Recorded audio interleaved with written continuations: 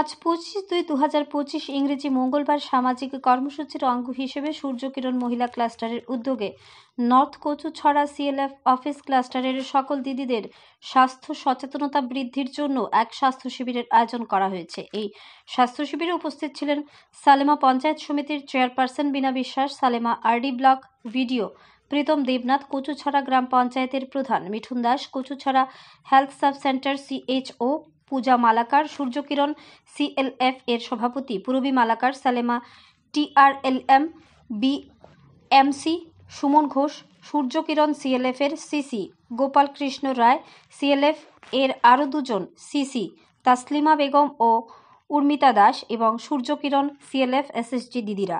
Bureau report আরি ধর্মনগর।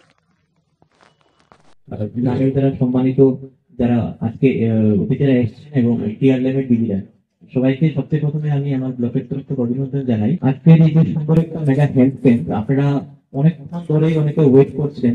এখন তো অ্যাকচুয়ালি শীতের মানে ঠান্ডার সময়, তো ঠান্ডার সময় চলে যাচ্ছে, কোনো গরম দিন চলে আসছে, তো হয়তো বা এতক্ষণ আপনারা বসে থাকতে পারতেন না গরম দিন থাকলে। শীতের জন্য আপনারা হয়তো বা ঠান্ডার জন্য অনেকটা সময় আপনারা বসে আছেন। 1 ঘন্টা ধরে জাস্ট ভাষণই বলতে থাকে। আমি এত ভাষণ দিতে পছন্দ করি না, পারিও না, টুকটাক কাজ করতে আমার ভালো লাগে।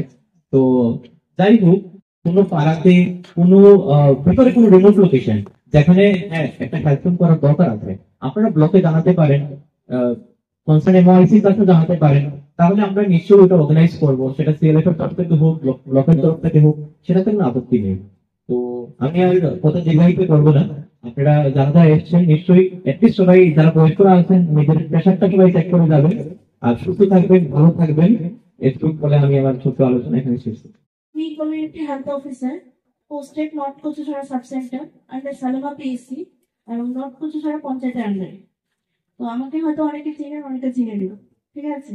তো আজকে যে সিএলএফ লেভেল থেকে মেগা হেলথ ক্যাম্পের একটা অনুষ্ঠান আয়োজন করেছে, ওরা হেল্প করা আছে এবং আশা ছাড়া আমাদের অঙ্গনাথ দিদিমণিও আছে, তারাও কিন্তু আমাদের সাথেই কাজ করে, একসাথে আমরা মিলেমিশে কাজ করি। এবার হলো প্রথম একটা মেয়ের বিয়ে হওয়া থেকে স্টার্ট হয়। একটা মেয়ে যখন বিয়ে হয়ে আসে একটা ছেলের ঘরে, তখন রেজিস্ট্রেশন করে আমাদের এখানে এন্ট্রি করা হয়। আমরা আশা রাখি বলে যে আধার কার্ড দিতে, অ্যাকাউন্ট নম্বর দিতে, রেশন কার্ড দিতে। কেন বলে ওই কথাটা আসার জন্য নয়, ওটা আমাদের সাব সেন্টারে রেজিস্টার করার জন্য, আমাদের এরিয়াতে রেজিস্টার করার জন্য, যে একটা নতুন বিবাহিত বউ এসেছে ওনাকে রেজিস্টার করার জন্য, ঠিক আছে। আমরা যখন বাইরের হসপিটালে যাই আমাদের একটা আইডি কার্ড থাকে, এই হসপিটালে দেখা যায় ওখানে একটা নাম্বার মানে হয়ে যায়। কিন্তু আমরা আমাদের গভর্নমেন্ট এখন আমাদের যে গভর্নমেন্ট হসপিটালে আমরা চিকিৎসা করাচ্ছি ওইখানে একটা নাম্বার হয়ে গেছে। ওইটা কি করা হয়, ওই নাম্বারে আপনি যখনই যেখানে গিয়ে এসে ভর্তি হবে, বিয়ে হবে তো প্রেগনেন্ট হবে না, একটা মেয়ের অবশ্যই তার 18 বছরের পরে প্রেগনেন্ট হওয়া উচিত।